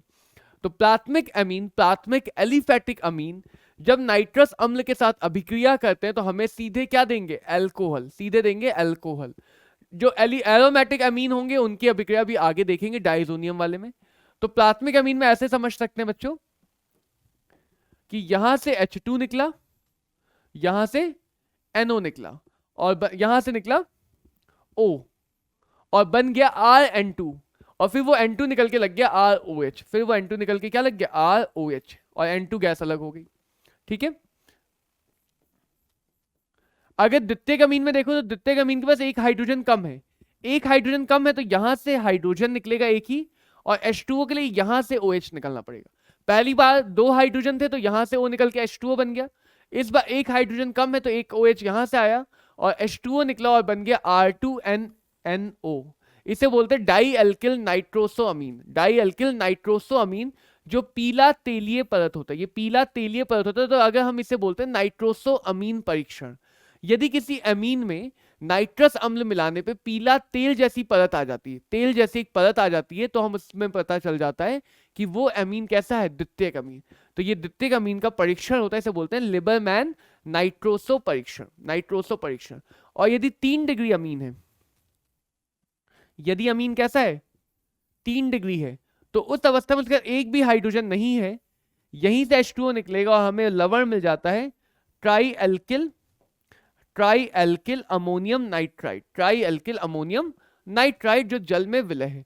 तो यहाँ पे प्राथमिक अमीन एक काम का उपयोग का उत्पाद बनाते हैं अल्कोहल, द्वितीयक अमीन परीक्षण देते हैं और तृतीयक अमीन एक ऐसे लवण बनाते हैं जो जल में विलय है। तो इन तीनों की अलग अलग अभिक्रियाओं से हम इन तीनों का परीक्षण कर सकते हैं नाइट्रस अम्ल से अभिक्रिया करा के, नाइट्रस अम्ल से अभिक्रिया करा के। अब बच्चों समझेंगे एनिलीन के बारे में। एनिलीन क्या है हमारा, एनिलीन है एरोमेटिक प्राथमिक अमीन, एरोमेटिक प्राथमिक अमीन। ये भी प्राथमिक है क्योंकि इस पे NH2 लगा है और इसको हम बनाना सीखेंगे और इसकी रासायनिक गुणधर्म सीखेंगे। तो एनिलीन को कैसे बना सकते हैं, अभी मैंने सबसे पहले बताया था जो सबसे काम की विधि थी, इसको बोलते हैं प्रयोगशाला विधि, जिसमें पहले हम बनाते हैं बेंजीन से नाइट्रोबेंजीन, बेंजीन से क्या बनाते हैं नाइट्रोबेंजीन, और उसका टिन और HCl के साथ अपचयन करके बना लेते हैं NH2, टिन और HCl के साथ अपचयन करके बना लेते हैं एनिलीन, जो अभी हमने शुरुआत में देखा था। दूसरा है, अगर मेरे पास औद्योगिक विधि में तो हम उसका टिन और HCl की जगह लोहे और HCl से अपचयन कर देंगे ज्यादा मात्रा में बनाने के लिए। तो ये भी वैसा ही विधि है, नाइट्रोबेंजीन का अपचयन, नाइट्रोबेंजीन का अपचयन। फिनॉल ले लूं तो अमोनिया क्योंकि ज्यादा प्रबल नाभिक नहीं है तो वो ZnCl2 की उपस्थिति में 300 डिग्री पे फिनॉल से OH को विस्थापित करके बना लेता है एनिलीन, फिनॉल से NH3 को विस्थापित करके बना लेता है एनिलीन। और चाहूं तो मैं गैब्रियल थैलामाइड या हाफमैन ब्रोमामाइड अभिक्रिया से भी एरोमेटिक अमाइन बना सकता हूं। तो ये सारी विधियां वही हैं जो अमीन बनाने की विधियां थी, सिर्फ यहाँ पे दोबारा से हम देख रहे हैं कि इनसे हम क्या बना रहे हैं, एरोमेटिक अमीन। तो यदि मेरे पास बेंजामाइड है, बेंजोमाइड है, तो इसकी अभिक्रिया यदि मैं Br2 के से कहूं तो एक कार्बन घट के मुझे मिलेगा एनिलीन, एक कार्बन घट के क्या मिलेगा, एनिलीन। तो एनिलीन बनाने की प्रमुख विधियों में है नाइट्रोबेंजीन का अपचयन, नाइट्रोबेंजीन का अपचयन, बेंजामाइड से हाफमैन अभिक्रिया करा के, बेंजामाइड से हाफमैन अभिक्रिया करा के, फिनॉल का प्रतिस्थापन करके, या फिर गैब्रियल थैलामाइड अभिक्रिया से। गैब्रियल थैलामाइड अभिक्रिया से थोड़ा मुश्किल होगा, लेकिन वहां भी हम चाहें तो कोशिश करके उच्च ताप और दाब पे बना सकते हैं। अगला देखते हैं, तो पहला भौतिक गुणधर्म आता है कि जो ताजा एनिलीन है वो एक रंगहीन तेलीय द्रव होता है। एनिलीन रंगहीन तेलीय द्रव होता है, यानी ये जल में विलय नहीं है लेकिन ये वाष्प में विलय है। एनिलीन जल में विलय नहीं है लेकिन एनिलीन जल की वाष्प में घुल जाता है और खुला रखने पे हवा और प्रकाश की क्रिया होने से, हवा और प्रकाश की क्रिया से क्या बना लेता है, गहरे भूरे रंग का हो जाता है, गहरे भूरे रंग का हो जाता है, इसका ऑक्सीकरण हो जाता है। क्वथनांक इसका ठीक ठाक है 183 डिग्री सेल्सियस। जल में पानी से भारी है, तो यदि जल में हम किसी भी विलयन में एनिलीन बनाएंगे तो बनने के बाद वो नीचे बैठ जाएगी, बनने के बाद वो नीचे बैठ जाएगी। और इसमें एक अभिलक्षणिक अरुचिकर यानी इसकी भी बेकार सी गंध होती है।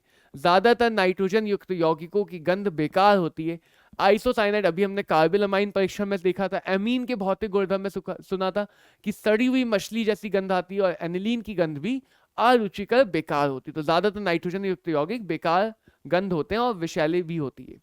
ये हमारे पास प्रकृति में कैसी है, विषैली है। तो अब बच्चों समझते हैं इसके रासायनिक गुणधर्म, काम की बात पे आते हैं। रासायनिक गुणधर्म, यदि मैं एनिलीन की बात करूं तो मुझे पता है ये NH2 है, इसके पास आबंधित इलेक्ट्रॉन है। ये इलेक्ट्रॉन यहां से आगे देगा प्लस M प्रभाव दिखाने के लिए, तो ये पाई बंद आगे जाएगा, ये इसका बनेगा पहला अनुनादी संरचना, बना ही लेते हैं। तो नाइट्रोजन पे आ गया धन आवेश क्योंकि इसने इलेक्ट्रॉन पाई बंद में दे दिए, और ये वाला पाई बंद आगे चला गया ऋण आवेश। अगला क्या होगा, ये ऋण आवेश जब आगे जाएगा तो ये वाला पाई बंद आगे खिसक जाएगा, तो ये वाला पाई बंद ऐसा ही रहा, ये पाई बंद ऐसा ही रहा। नाइट्रोजन पे है धन आवेश, और क्या हुआ, जो ऋण आवेश था वो आगे जाके बन गया पाई बंद, और पाई बंद आगे जाके बन गया ऋण आवेश। अब ये ऋण आवेश जब आगे जाएगा तो ये वाला पाई बंद आगे चला जाएगा, तो ये वाला पाई बंद, ये वाला पाई बंद ऐसे ही रहा। अणु के इतने भाग में कोई परिवर्तन नहीं हुआ, लेकिन ये माइनस आगे जाके बन गया पाई बंद, और ये पाई बंद आगे जाके बन गया ऋण आवेश। अब आगे क्या होगा, ये माइनस आगे जाएगा, ये इधर जाएगा, और वापस से हमें क्या मिल जाएगा, एनिलीन। तो एनिलीन के ये बन जाते हैं अनुनादी संरचनाएं, अनुनादी संरचनाएं। और यदि इन संरचनाओं से मैं इसका हाइब्रिड संरचना बनाऊं, इसकी मिलीजुली संरचना बनाऊं,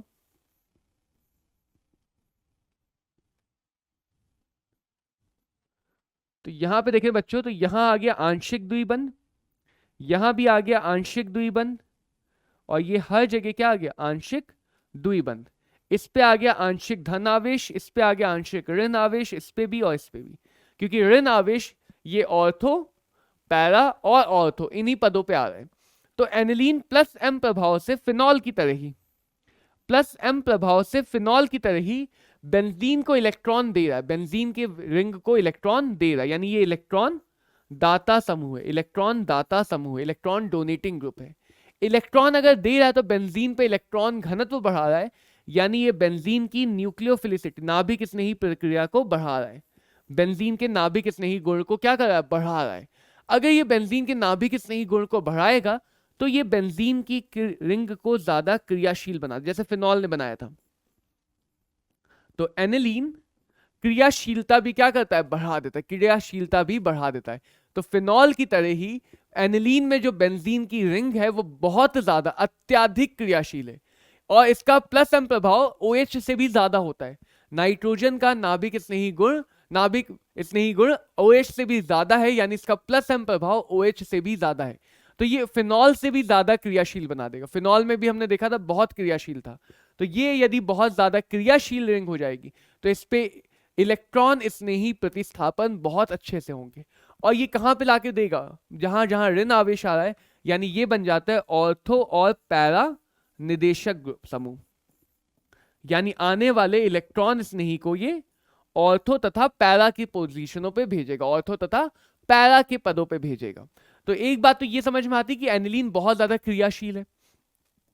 दूसरी बात ये समझ में आती है कि जैसे फिनॉल में हमें दिक्कत हुई थी कि क्रियाशीलता बढ़ने से ऑर्थो और पैरा की पदों पे एक साथ प्रतिस्थापन हो गया था, यानी हमें ट्राई सब्स्टिट्यूटेड उत्पाद मिले थे, जहां पे ऑर्थो पे भी लग रहा था, पैरा पे भी लग रहा था। तो कभी कभी हमें जरूरत होगी इसकी क्रियाशीलता को घटाने की। इसकी क्रियाशीलता कैसे घटाएंगे, एनिलीन का हमने एसिटिलीकरण पढ़ा था, जो मैंने कहा था थोड़ा काम आएगा आगे, एमीन का एसिटिलीकरण। तो इसका एसिटिलीकरण करा देंगे, यानी इसकी अभिक्रिया करा देंगे किसी RCOCl से, जो पढ़ा था ना पीछे एसिटिलीकरण। तो यहां पे आके लग जाएगा COR। अब क्या होगा, ये जो इलेक्ट्रॉन है, ये इलेक्ट्रॉन अब दो तरफ आकर्षित हो रहे हैं, ये इस पाई बंध के साथ भी अनुनाद करना चाहते हैं और इस पाई बंध के साथ भी अनुनाद करना चाहते हैं, यानी अब इलेक्ट्रॉनों को एक डाइवर्जन मिल गया, वो इधर भी जाना चाहता है, उधर भी जाना चाहता है, दो रास्ते मिल गए। अब इलेक्ट्रॉन यदि दो जगह इन्वॉल्व हो रहा है, उसका ध्यान दो तरफ है, मतलब तुम्हारा ध्यान पढ़ाई पे भी और खेल पे भी है, तो ना तुम पढ़ाई ढंग से कर पाओगे ना तुम खेल ढंग से पाओगे। तो जब इलेक्ट्रॉन दो तरफ जा सकता है और दोनों तरफ उसका कुछ कुछ भाग जाएगा, तो किसी भी एक तरफ भाग अपने आप कम हो जाएगा। यानी कि ये इलेक्ट्रॉन जितना आसानी से दे पा रहा था, ये जितना आसानी से इलेक्ट्रॉन दे पा रहा था बेंजीन के समूह को, ये नहीं दे पाएगा। तो ये कम इलेक्ट्रॉन देगा, कम इलेक्ट्रॉन देगा तो क्रियाशीलता को बढ़ाएगा लेकिन कम बढ़ाएगा। तो क्रियाशीलता को बढ़ाएगा लेकिन कम बढ़ाएगा। ये मत सोचना घटाने लगेगा, बढ़ाएगा अभी भी लेकिन कम बढ़ाएगा, वो वाला ज्यादा बढ़ाएगा। यहां पे एनिलीन ज्यादा बढ़ाएगा। अभी भी ये इलेक्ट्रॉन दे रहा है तो अभी भी ये ऑर्थो पैरा निर्देशक ही होगा, ऑर्थो पैरा निर्देशक ही होगा। तो देखो यहां पे अभिक्रियाएं देखते हैं। सबसे पहले महत्वपूर्ण अभिक्रिया है एनिलीन से डाइसोनियम लवण बनाना। तो हमें पता है यदि मैं प्राथमिक एमीन की रिएक्शन नाइट्रस के अम्ल के साथ कराता हूं HNO2, तो HNO2 की जगह हम NaNO2 और HCl का मिश्रण लेते हैं। ये अपने आप क्या दे देगा, HNO2 बना देगा, NaCl अलग कर देगा। तो ये बन जाता है डाइअज़ोनियम लवण। ये क्या बन जाता है, डाइअज़ोनियम लवण।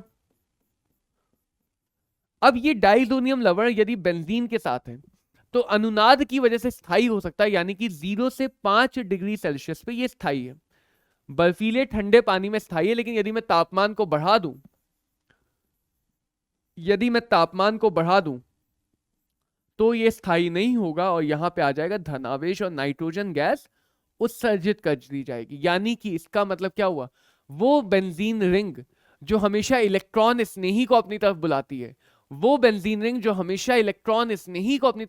है, अब वो इलेक्ट्रॉन स्नेही की जगह किसी नाभिक स्नेही को भी बुलाने लगी। समझना यहां पे क्या फायदा हुआ, बेंजीन रिंग हमेशा किसको बुलाती है, इलेक्ट्रॉन स्नेही को, क्योंकि उस पे आता है ऋण आवेश। तो बेंजीन पे इलेक्ट्रॉन स्नेही लगाना आसान है लेकिन नाभिक स्नेही लगाना मुश्किल है। बट डाइअज़ोनियम लवण बनाने के बाद बेंजीन पे नाभिक स्नेही लगाना आसान हो जाता है। इसलिए डाइअज़ोनियम बहुत महत्वपूर्ण यौगिक है बेंजीन से कुछ और बनाने का। क्या क्या बना सकते हैं, देखो कुछ अभिक्रियाएं पहले भी देखिए। यदि कॉपर और मैं लवण लेता हूं तो इससे मुझे एरिल हैलाइड मिलते, जिसको बोलते थे गाटरमान अभिक्रिया। यदि कॉपर का धातु और उसके साथ अम्ल ले लूं, कार्बनिक अम्ल, कॉपर के धातु की जगह यदि मैं Q+ क्लोराइड ले लूं या Q+ के लवण ले लूं, यानी कॉपर +1 के लवण ले लूं, तो भी अभिक्रिया वैसी ही होती है, लेकिन तब इस अभिक्रिया को बोलते हैं सैंडमेयर अभिक्रिया। क्या बोलते हैं, सैंडमेयर अभिक्रिया। यदि साइनाइड ले लूं तो भी सैंडमेयर, ब्रोमाइड बना लूं, क्लोराइड बना लूं। Ki अकेला है जो सीधे सीधे अभिक्रिया कर जाता है, जिससे हमें आयोडोबेंजीन मिलेगा, आयोडोबेंजीन। यहां भी तुम कॉपर आयोडाइड ले सकते हो, आयोडो यहां से बन जाएगा, लेकिन यहां से क्लोराइड ब्रोमाइड नहीं बनेगा, सीधे अभिक्रिया नहीं करे। लेकिन यहां पे तुम चाहो तो Q+ आयोडाइड लेके आयोडीन भी बना सकते हो, या कॉपर के साथ HI लेके भी काम कर सकते हो। तो गाटरमान अभिक्रिया, सैंडमेयर अभिक्रिया, इनकी मदद से हम बना सकते हैं एरिल हैलाइड, जो हमने एरिल हैलाइड के बनाने में भी सीखा था। अगली अभिक्रिया देखें तो अगर मैं फ्लोरीन लेता हूं NaBF4, तो ये फ्लोरीनेशन करा देते हैं, फ्लोरीनीकरण करा देते हैं, हमें फ्लोरोबेंजीन मिलता है, जिसे बोलते हैं बाल्टशमान अभिक्रिया। यदि जल के साथ गर्म कर दूं तो OH ले लेगा, फिनॉल बन जाएगा, जल के साथ गर्म कर दूं फिनॉल बन जाएगा। तो हर अभिक्रिया में क्या हो रहा है कि जो नाभिक स्नेही, चाहे वो हैलाइड आयन हो, चाहे वो साइनाइड आयन हो, चाहे वो फ्लोराइड आयन हो, चाहे वो हाइड्रोक्साइड आयन हो, जो भी हमारे पास नाभिक स्नेही वो यहाँ पे आके लग जा रहा है। तो यहाँ पे अगर मैंने यहाँ पे सोडियम और इथेनॉल ले लिया तो ये अपचयन करेंगे, H- दे देंगे, H- यहाँ पे आके लग जाएगा, बन जाएगा C6H6 यानी कि बेंजीन, C6H6 यानी कि बेंजीन। इसका अपचयन हो गया और C2H5OH का ऑक्सीकरण हो गया एल्डिहाइड में, C2H5OH का ऑक्सीकरण हो गया एल्डिहाइड में। यदि मैं यहाँ पे H3PO2 ले लूं तो ये भी अपचायक होता है, इसने भी अपचयन कर दिया बेंजीन में, और खुद इसका ऑक्सीकरण हो जाएगा H3PO4 में, तो इस प्रकार से हम अपचयन करके H- भी लगा सकते हैं, यदि मेरे पास डाइज़ोनियम लवण है और इसकी रिएक्शन में एनिलीन से कराऊं। देखना ये है मेरे पास कोई और बेंजीन समूह जिसपे एनिलीन या फिनॉल होगा, और ये है डाइज़ोनियम लवण जो गर्म करने पे ये देता है एक नाभिक स्नेही। तो ये नाभिक स्नेही इस पे आकर्षित हो जाता है और यहां पे बन जाता है, दो बेंजीन समूह आपस में जुड़ जाएंगे। तो इन अभिक्रियाओं को बोलते हैं युग्मन अभिक्रिया। क्या बोलते हैं? युग्मन अभिक्रिया। यानी यदि मैं कोई दूसरा बेंजीन यौगिक ले लूं तो वो डाइजोनियम के इलेक्ट्रॉन स्नेही बेंजीन रिंग को भी अपनी तरफ खींच लेगा, इसको भी एज इलेक्ट्रोफाइल अपने ऊपर लगा लेगा, लेकिन पैरा की पोजीशन पे लगाएगा, क्योंकि ऑर्थो पोजीशन पे तो बहुत बड़ा समूह आके नहीं लग पाएगा। तो एनिलीन लेने पर उसकी पैरा की पोजीशन पे एन डबल बॉन्ड एन आके लग जाता है। फिनॉल लेने पे उसके पैरा की पोजीशन पे एन डबल बॉन्ड एन यानी डाइजोनियम आके सीधे सीधे लग जाता है। तो इसको बोलते हैं नारंगी रंजक और ये होता है पीला रंजक। तो इस युग्मन अभिक्रियाओं में हमें रंजक मिलते हैं। बीटा नेप्थॉल लेंगे तो उसके भी बीटा की ही पोजीशन पे आके लग जाएगा एनिलीन का, डाइजोनियम का, बेंजीन और एन डबल बॉन्ड एन, और ये होता है लाल नारंगी रंग का रंजक, लाल नारंगी रंग का रंजक। तो इस प्रकार से डाइजोनियम लवण को हम ऐसे भी, और इसमें यदि मैं चाहूं तो कम ताप पे बिना गर्म किए इसको भी लगा सकते हैं। यहां पे भी एन पे धन आवेश आ रहा है, तो ये इस पे भी हमला करके सीधे सीधे इस डाइजोनियम लवण को ही अपने पैरा पोजीशन पे लगा लेता है, डाइजोनियम लवण को ही लगा लेता है। तो बीटा नेप्थॉल बनेगा लाल नारंगी रंजक, फिनॉल के साथ मिलेगा नारंगी रंजक और एनिलीन के साथ मिलेगा पीला रंजक। तो यहाँ पे हमें अलग अलग रंग के रंजक मिलेंगे जिसकी मदद से रंग किया जा सकता है, जिसकी मदद से रंग किया जा सकता है। अब बच्चों बात करेंगे यहाँ पे नाभिक स्नेही के बाद इलेक्ट्रॉन स्नेही प्रतिस्थापन, जो बेंजीन रिंग की अभिक्रिया होती है, इलेक्ट्रॉन स्नेही प्रतिस्थापन। तो यहाँ पे क्या है, यदि मैं एनिलीन पे कोई भी अभिक्रिया सीधे सीधे कराऊं तो वो इतना ज्यादा क्रियाशील है, फिनॉल की जैसे ब्रोमीन लगाऊं तो ऑर्थो और पैरा सब पे एक साथ ब्रोमीन लगेगा, यानी मुझे मिलेगा 2 4 6 ट्राई ब्रोमो एनिलीन, मुझे ट्राई ब्रोमोनेटेड या ट्राई क्लोरीनेटेड उत्पाद मिलेंगे। तो ट्राई ब्रोमो एनिलीन या ट्राई क्लोरो एनिलीन मिलेगा। यदि मैं चाहता हूं कि ब्रोमीन एक ही जगह लगे, या तो मुझे ब्रोमीन का सांद्रता घटानी होगी, तो ब्रोमीन की सांद्रता कैसे घटाएंगे, अध्रुवीय विलयन लेके, अध्रुवीय विलयन Br प्लस कम देगा तो मुझे मिल जाएगा ऑर्थो या पैरा। तो मुझे मिल पाएगा, ये यहां पे गलत है, तो मुझे मिल जाएगा ऑर्थो या पैरा वाला, यानी सिर्फ पैरा वाला भी मिल जाएगा अधिक मात्रा में और ऑर्थो वाला भी मिल जाएगा कम मात्रा में, दोनों मिल जाएंगे। यानी अगर मैं ध्रुवीय विलायक ले रहा हूं तो वो Br प्लस बहुत सारा बनाएगा, बहुत सारा Br प्लस बनाएगा, और वो बहुत सारा एक साथ जाके दोनों या तीनों जगहों पर लग जाएगा। अध्रुवीय विलायक कम Br प्लस बनाएगा, कम जगह लगेगा।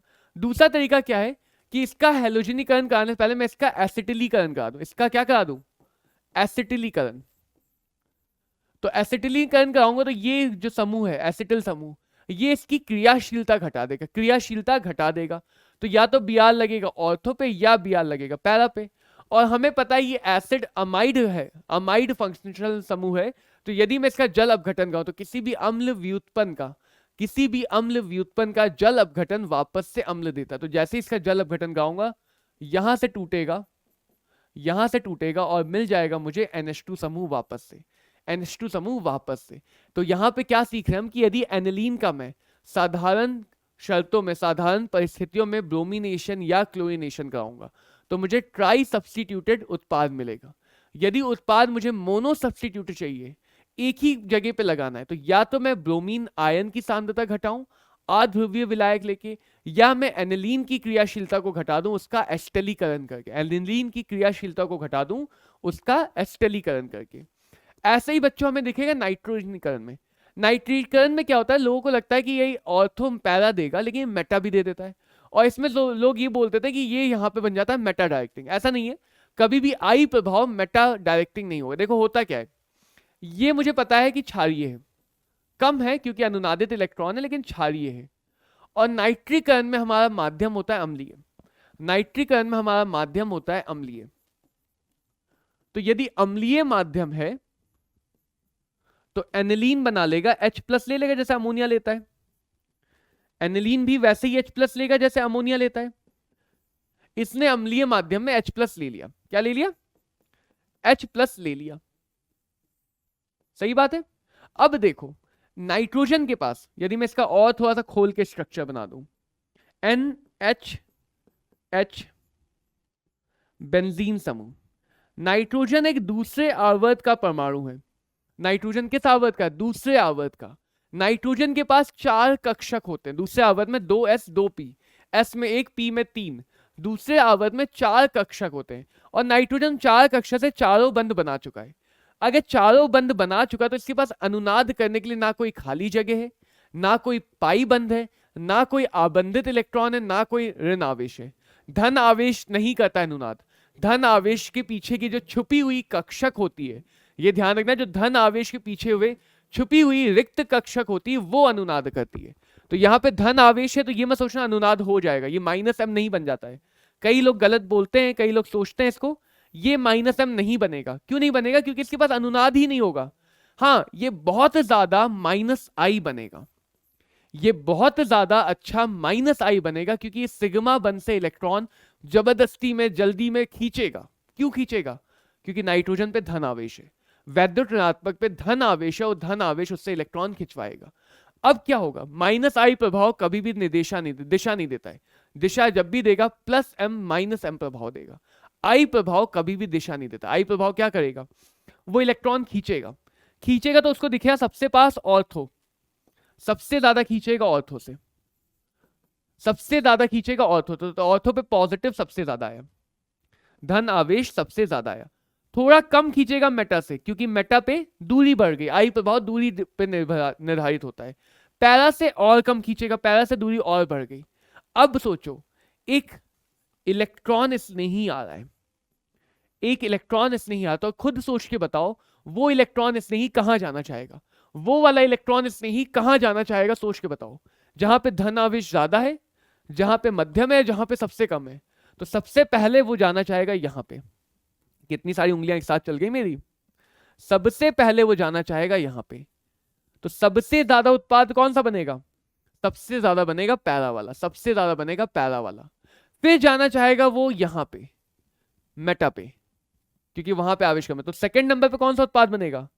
सेकंड नंबर पे बनेगा मेटा वाला। फिर कहां जाना चाहेगा? सबसे अंत में जाना चाहेगा यहां पे सबसे कम, इसलिए ऑर्थो वाला उत्पाद सबसे कम बनता है। तो जब हम एनिलीन का नाइट्रीकरण कराते हैं तो वहां पे पैरा भी मिलता है, ऑर्थो भी मिलता है, मेटा भी मिलता है। कारण यह है कि एनिलीन का अम्लीय माध्यम में लवण बन जाता है, एनिलीनियम लवण, एनिलीनियम हाइड्रोजन सल्फेट लवण बन गया। ये लवण मेटा डायरेक्टिंग नहीं है, ये लवण मेटा डायरेक्टिंग नहीं है, ये लवण है -I प्रभाव दिखाने वाला। उस -I प्रभाव के से पैरा वाला सबसे ज्यादा 51%, मेटा वाला दूसरे नंबर पे 47% और ऑर्थो वाला सबसे ज्यादा कम। क्यों? क्योंकि उस पर सबसे ज्यादा धनावेश आ गया है। तो ऑर्थो वाला कितना बनता है? सिर्फ और सिर्फ 2%। ऑर्थो वाला बनता है सिर्फ और सिर्फ 2%। चलो, अगली अभिक्रिया आती है सल्फोनीकरण। अभिक्रियाएं खत्म हो रही हैं बस, अगली अभिक्रिया है सल्फोनीकरण। अब यहां पे तुम्हें साफ साफ दिख रहा है, खुद ही दिख रहा है कि एनिलीन पे यदि मैं H2SO4 लूं, अम्ल लूं, ये क्षार है, और 1000 बार इतिहास बोल चुका है हमसे कि अम्ल और क्षार यदि उपस्थित है तो वहां पे एक ही अभिक्रिया होती है, उदासीनीकरण। सबसे पहले अम्ल क्षार का उदासीनीकरण हो गया, एनिलीनियम लवण बन गया। क्या बन गया? एनिलीनियम लवण। चलो इसका नाम लिख देते हैं, पिछली बार नहीं लिखा था, इस बार लिख देते हैं, एनिलीनियम लवण बन गया। ठीक, अब यदि इसको और गर्म कर दे, इसको गर्म कर दे, तो इसमें थोड़ा सा पुनर्स्थापन हो जाता है। यहां पे क्या होता है? जो सल्फोनिक अम्ल है वो चला जाता है अलग, और ये बन जाता है NHSO3H, और पुनर्विन्यास होकर बन जाता है पैरा सल्फेनिलिक अम्ल, पैरा सल्फेनिलिक अम्ल। तो यहां पे क्योंकि सल्फोनिक SO3H बहुत बड़ा समूह है, तो वो ऑर्थो पे ना लग के कहां लगना चाहता है? पैरा पे लगना चाहता है, तो पहले पैरा पे जाता है, ऑर्थो वाला कम बनता है। अब यहां पे देखोगे बच्चों, तो ये क्षार है, ये अम्लीय है। तो यदि किसी भी एक यौगिक में दोनों समूह है, क्षार और अम्ल, तो वो किसी ना किसी pH पे कभी ना कभी माध्यम ऐसा अनुकूल होगा कि वो आपस में लवण बना ले। कैसे? सल्फोनिक अम्ल को H+ देना है, तो ठीक है, सल्फोनिक अम्ल से H+ दिलवा देते हैं, तो ये बना लेगा SO3- अपना आयन, और H+ एनिलीन के NH2 को लेना है, और वही H+ जो सल्फोनिक दे दिया वो एनिलीन ने ले लिया, इसने बना लिया NH3+। तो जब भी हमारे पास कोई ऐसा समूह होता है जिसमें क्षार और अम्ल दोनों होते हैं, जैसे अमाइनो एसिड, एमिनो अम्ल, यदि क्षार और अम्ल दोनों हैं तो वो अपने आप में ही उदासीनीकरण कर सकते हैं और एक ऐसा रूप बनाएंगे जिसमें धन आवेश क्योंकि क्षार का जो लवण होगा धनावेशित होगा और ऋण आवेश दोनों होगा। तो यहाँ पे हमें दोनों ध्रुव मिलते हैं, तो ऐसे फॉर्म को बोलते हैं ज्विटर आयन। क्या बोलते हैं? ज्विटर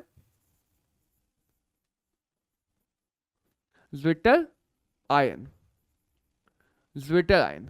और ज्विटर आयन क्या होगा? यदि मैं यहाँ पे वैद्युत क्षेत्र लगा लूं तो इसका धन आवेश इसको ऋण की तरफ खींचेगा, ऋण आवेश इसको धन की तरफ खींचेगा। तो वैद्युत क्षेत्र लगाने पे इसमें दो विपरीत दिशा के बल लगेंगे जो किसी ना किसी क्षेत्र की स्थिति में बराबर होंगे, एक दूसरे को बैलेंस आउट कर देंगे और उस दिशा में ना ये कैथोड की तरफ जा पाएगा ना ये एनोड की तरफ जा पाएगा। तो ज्विटर आयन किसी ना किसी परिस्थिति में वैद्युत क्षेत्र लगाने के बाद भी स्थिर रहता है, इसमें गति नहीं आती है। ज्विटर आयन इसीलिए पढ़ा जाता है, समझा जाता है। इसको जैव अणुओं में यानी बायोमोलिक्यूल्स में या जैव विज्ञान में ज्यादा समझाता है क्योंकि वहां पे ज्यादा काम करे। तो ये सल्फेनिलिक अम्ल होता है, सल्फेनिक अम्ल भी है यहाँ पे और एनिलीन भी है। तो सल्फेनिलिक अम्ल ज्विटर आयन के रूप में भी अपने आप में रह सकता है। तो ये सारा था इस अध्याय के बारे में, जिसमें हमने समझा अमीन के बारे में, डाइजोनियम लवण के बारे में, जो एरोमेटिक डाइजोनियम लवण उससे हम क्या क्या बना सकते हैं, उसमें युग्मन अभिक्रियाएं कैसे होती हैं, और अंततः समझा एनिलीन के बारे में। इसके साथ बच्चों मैं फिर से बता रहा हूं कि जो कार्बनिक रसायन है वो तकनीकी रूप से समाप्त हो चुकी है। तकनीकी रूप से इसलिए कह रहा हूं क्योंकि जो अगला आखिरी अध्याय बचा है जैव अणु, उस अध्याय में कार्बनिक रसायन के बाकी अध्यायों का उपयोग नहीं है। तो ये 4 अध्याय एक साथ चलेंगे तुम्हारे। इन चारों के प्रश्न भी आपस में मिले जुले होते हैं। तो अल्कोहल का उपयोग एल्डिहाइड में भी है, एल्डिहाइड का उपयोग अमीन में भी है, अमीन का उपयोग हेलोएल्केन में भी, सब आपस में मिला हुआ है। तो इनके आपको अभिक्रिया के चार्ट बना लेने ताकि अच्छे से याद रह सकें। जब भी सो के उठो एक बार सारी अभिक्रियाओं को एक नजर मार ली तो एक बार दिमाग में रिफ्रेश हो जाएगा। ऐसा नहीं कि जब रसायन विज्ञान का पेपर देने जाओगे सब तभी अभिक्रियाएं पढ़ोगे। रोज बस दिन में 5-10 मिनट निकाल के एक नजर मार लेनी अभिक्रियाओं पे ताकि एक बार दिमाग में रिफ्रेश हो जाए तो और हमारी मेमोरी में वो चीज बनी रहे। तो पढ़ाई करते रहो, बहुत मन लगा के। एग्जाम के आखिरी दिनों में 4 के आना है, केमिस्ट्री में, रसायन विज्ञान में 100 में से 100 मार्क्स लेके आने, सब कुछ मिला के। All the very best.